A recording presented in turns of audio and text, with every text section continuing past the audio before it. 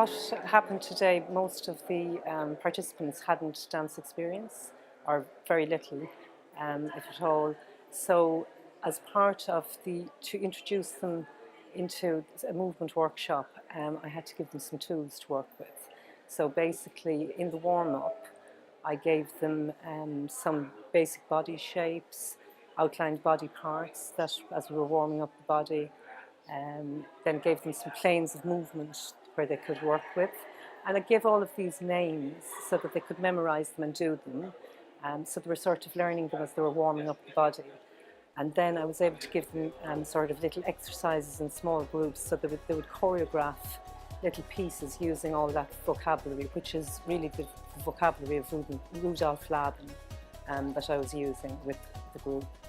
And so subsequently they learned how to choreograph something, and then I introduced sort of more quality into the movement. So I was introducing things like hissing, shaking, you know, rather than just moving in space, so they were able to put quality into the movements.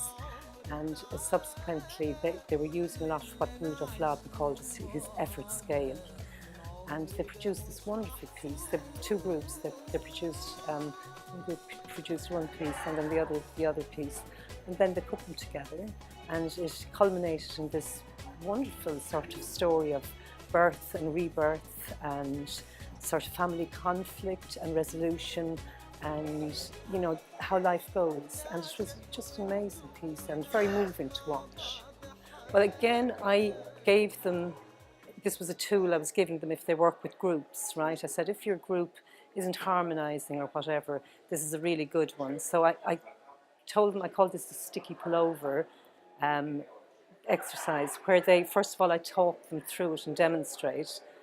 Then I talk the whole group through, and they remembered the kind of metaphors that I'm using, as well as I'm using a lot of Laban's movement in it that they already had been introduced to in the warm-up.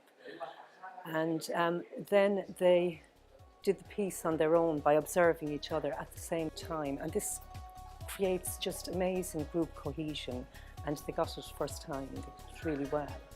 And then we ended up with just kind of, because the theme that they worked on was quite profound, and they did some individual work as well, using an object from nature that they picked up in the garden to create a motif of their own personal, just to give them a flavour of what the personal work was like. We finished with group sculptures, which were really, really hilarious and uplifting, and it was just a fantastic group to work with.